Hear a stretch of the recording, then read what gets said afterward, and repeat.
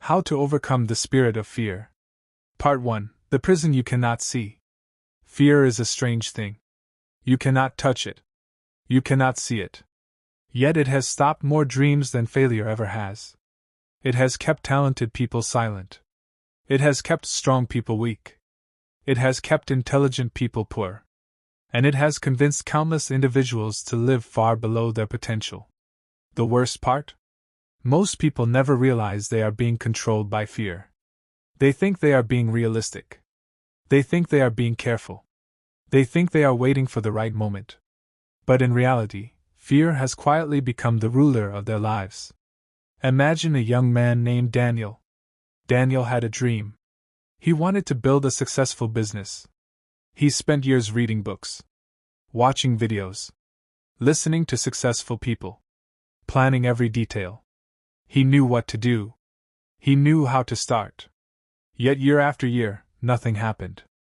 Every time he got close to taking action, a voice appeared inside his head. What if you fail? What if people laugh at you? What if you lose money? What if you're not good enough? So Daniel waited, and waited, and waited.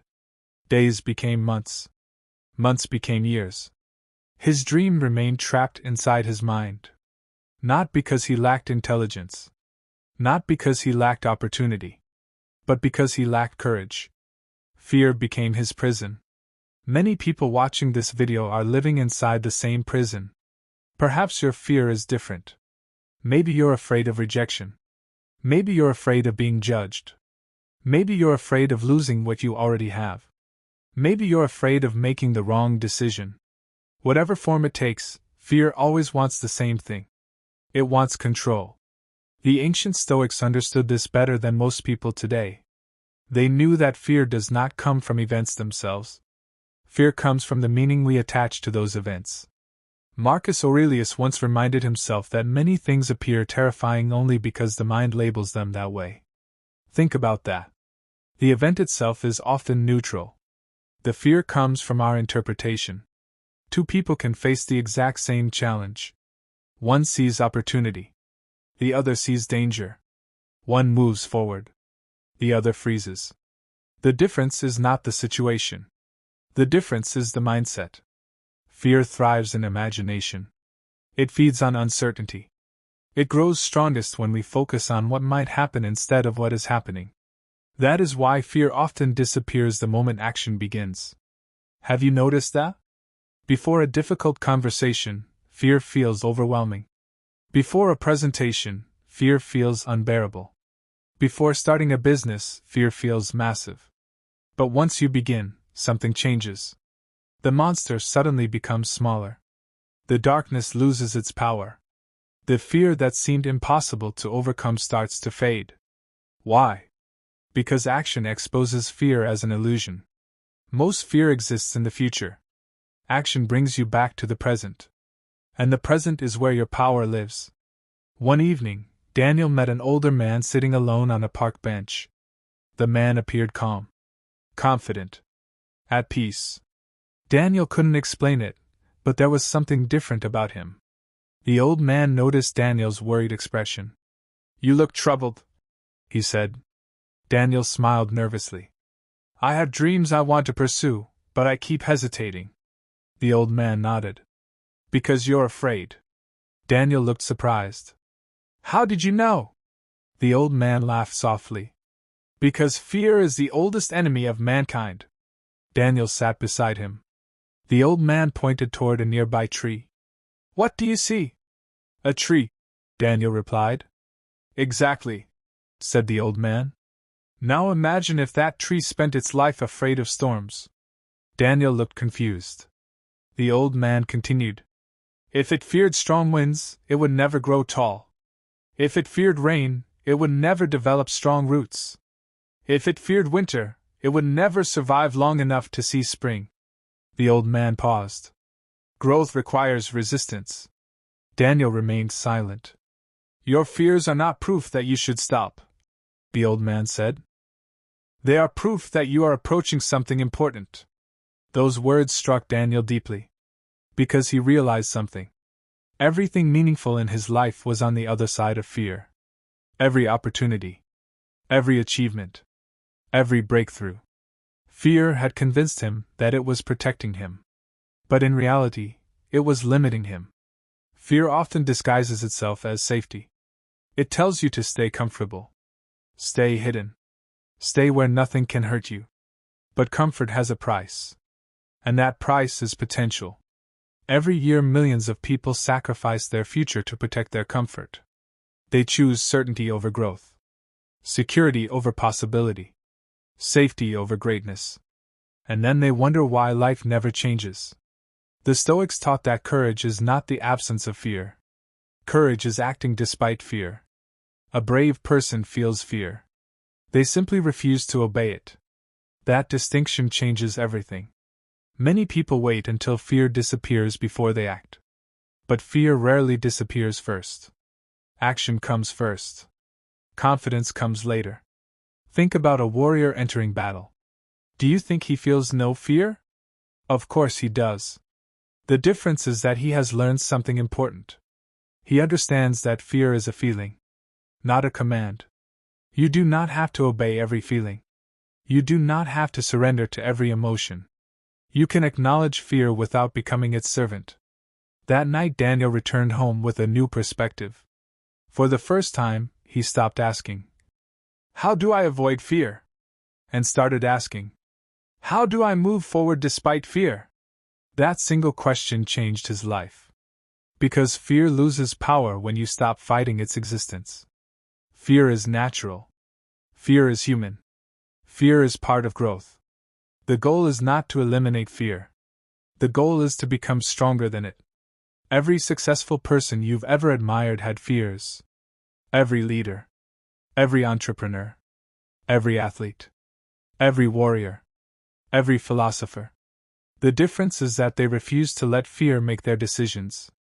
And that is where your transformation begins. Not when fear disappears, but when courage becomes louder than fear.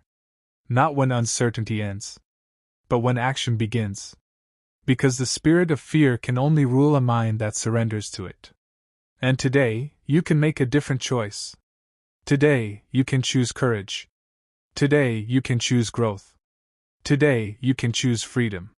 Because the moment you stop obeying fear is the moment your true life begins.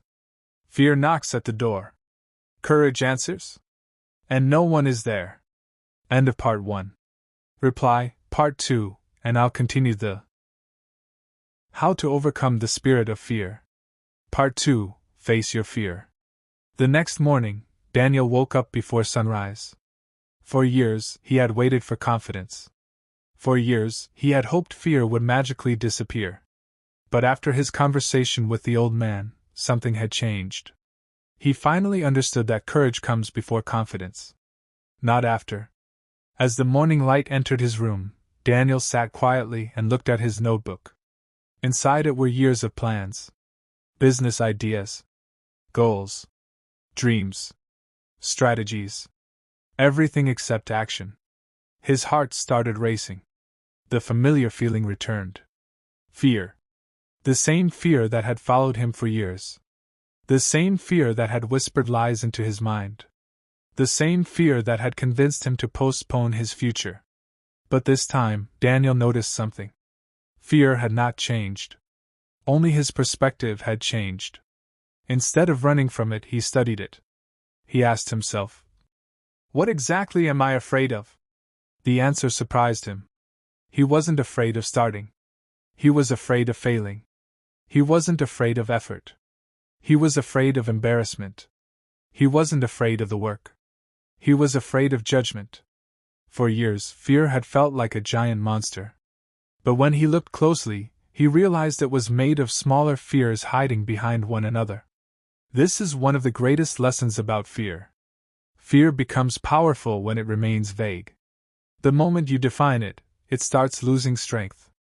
The Stoics practiced this constantly. Whenever they felt anxious, they examined their thoughts. They refused to allow emotions to remain hidden in the shadows. Because what remains hidden grows stronger. What gets exposed becomes manageable. Daniel opened a blank page and wrote, "What is the worst thing that could happen?" The answer was simple. I fail. He stared at the words. Then he asked another question. And if I fail? I learn.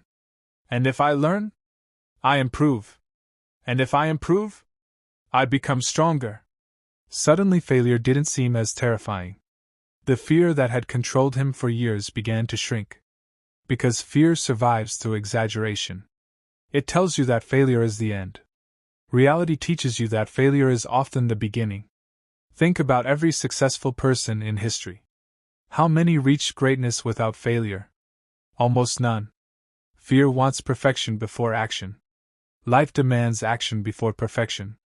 That afternoon, Daniel decided to do something small. Not something huge. Not something dramatic. Just one action. He launched the first version of his project. It wasn't perfect. It wasn't impressive. But it was real. The moment he clicked the button, his hands trembled.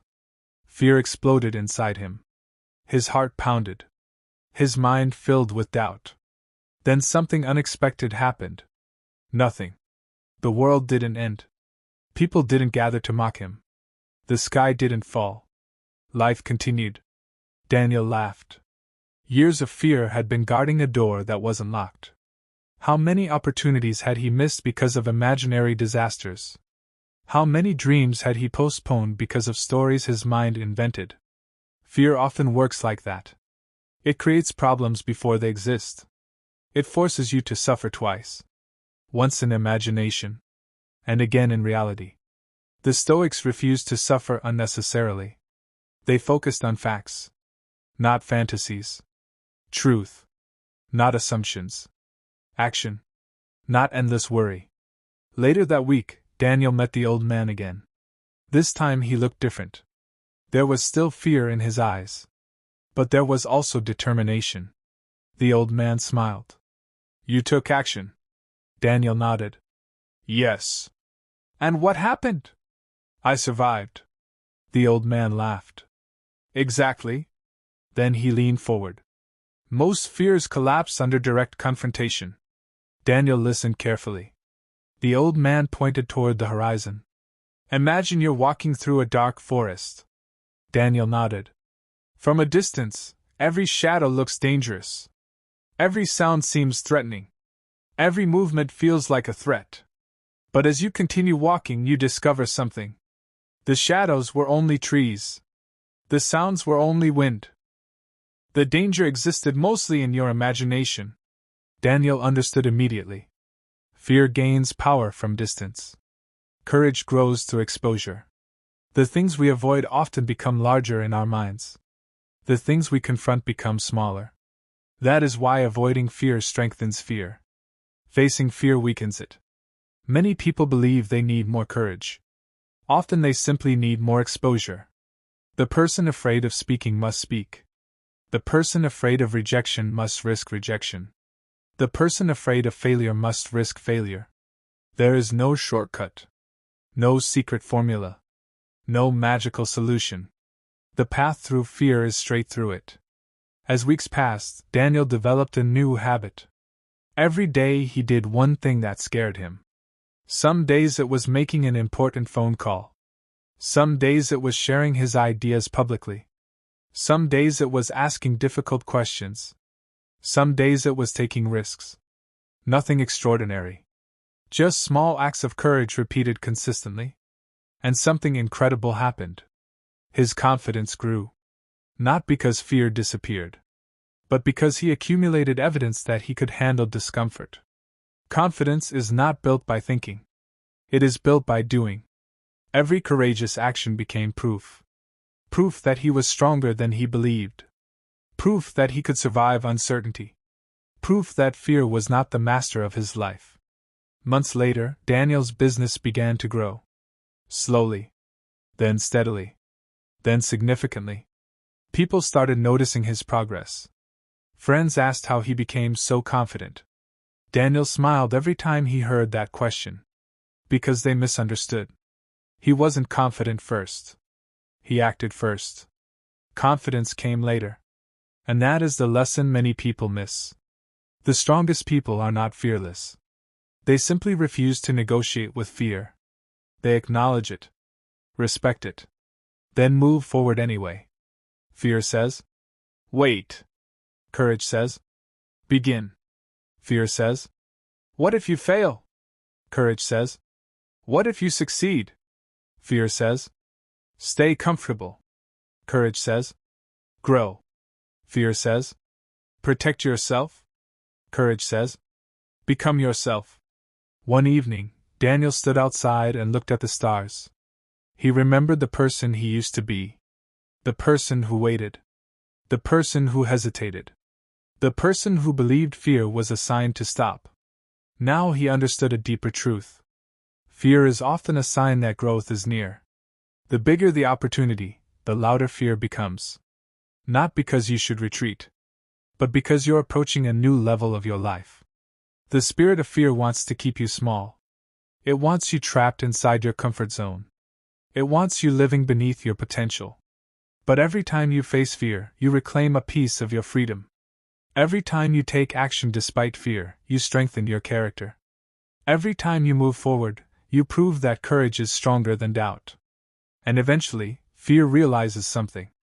It no longer controls you. Because the moment you stop running from fear, fear starts running from you. Everything you want is on the other side of fear. End of Part 2.